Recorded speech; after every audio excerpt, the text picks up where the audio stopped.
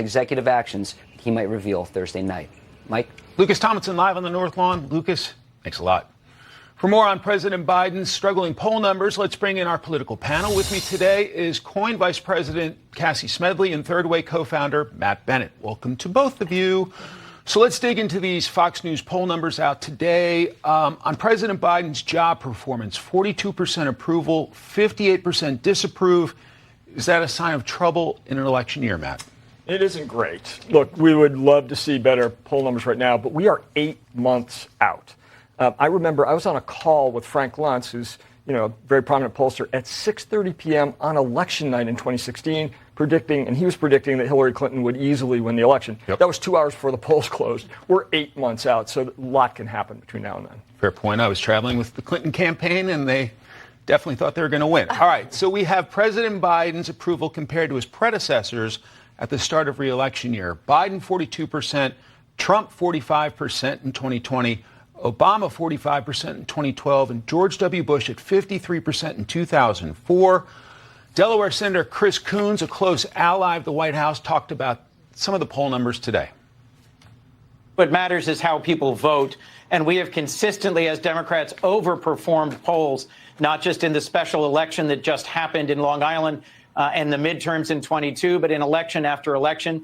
And I'll remind you, former President Trump is underperforming. Cassie, what's your assessment? Well, we might be 8 months out, but as you just noted there, where President Biden is now, historically low for an incumbent. And that's never where you want to be as an incumbent or any candidate. That's a problem. He's been underwater since the disastrous withdrawal from Afghanistan. People haven't forgotten that. And by the way, things aren't getting better despite this administration's best efforts to make it appear so. I was just talking to my mom this morning in Gladstone, Missouri, paid over $3 a gallon for gas. First time it's been that way in a couple of years. And certainly that's still a couple bucks higher than it was during the Trump administration. These are real metrics that everybody is seeing every single day. And that's a real problem for the Biden administration. And that's something that Donald Trump or Nikki Haley or whoever runs against him can take out with them on the campaign trail every single day. All right, good shout out to Mom. Now, from the Fox poll, top issue in deciding for president. Economy is tops among Democrats, Republicans, and independents. Then you have immigration a close second among Republicans. Not as significant with Democrats and independents. Does that surprise you, Matt?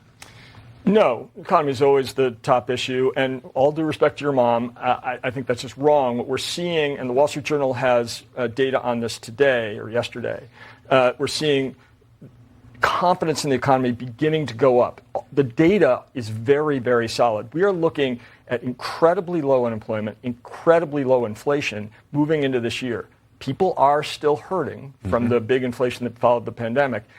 But we believe that by the time we get to June, which is when people start to assess how they're really feeling going into November, they're going to be feeling a lot better. And I think that's going to really help Biden. All right. Also from today's Fox poll, direction of the country, 27% satisfied, 72% dissatisfied. How alarming is that for this White House and the Biden campaign, Cassie? Yeah, it's a case of who you're going to believe, me or your lying eyes, right? Because you point to, okay, the economic facts say this, the editorial boards say this, and yet people are saying that still doesn't match up with what I'm feeling in my life. I'm paying way more for gas than I was 4 years ago. I'm paying way more for groceries. My mortgage rate, forget trying to get a new house because now I've been priced out of that house that I need to grow into. These are issues that everybody's sitting at their kitchen table talking about every day, and there's a direct link between where the Biden administration has taken this country and where they picked it up from Donald Trump. And that's a real problem. The consummate question, are you better off now than you were 4 years ago? And this poll is showing a majority of Americans are saying, no, I am not. All right. Can I get 15 seconds each from you on expectations for State of the Union Thursday night? Matt? I mean, the good thing is the expectations are very low. You just did a report about how Biden screws things up, and people think he's going to be kind of a fumbling guy. What we saw last year was he really owned the House Republicans who were shouting at him, and we might see that again this year. Cassie? Yeah, I'll grant it that State of the Union typically is a good night for the sitting president, whoever that may be. It's the 24 hours after. What happens? Will there be gaps? What will the response be? And again, when it's back to reality and back to what the American people are feeling and facing every day, will the lights and the shimmer of the State of the Union fade quickly? Cassie Smedile, Matt Bennett, thanks very much. Yep.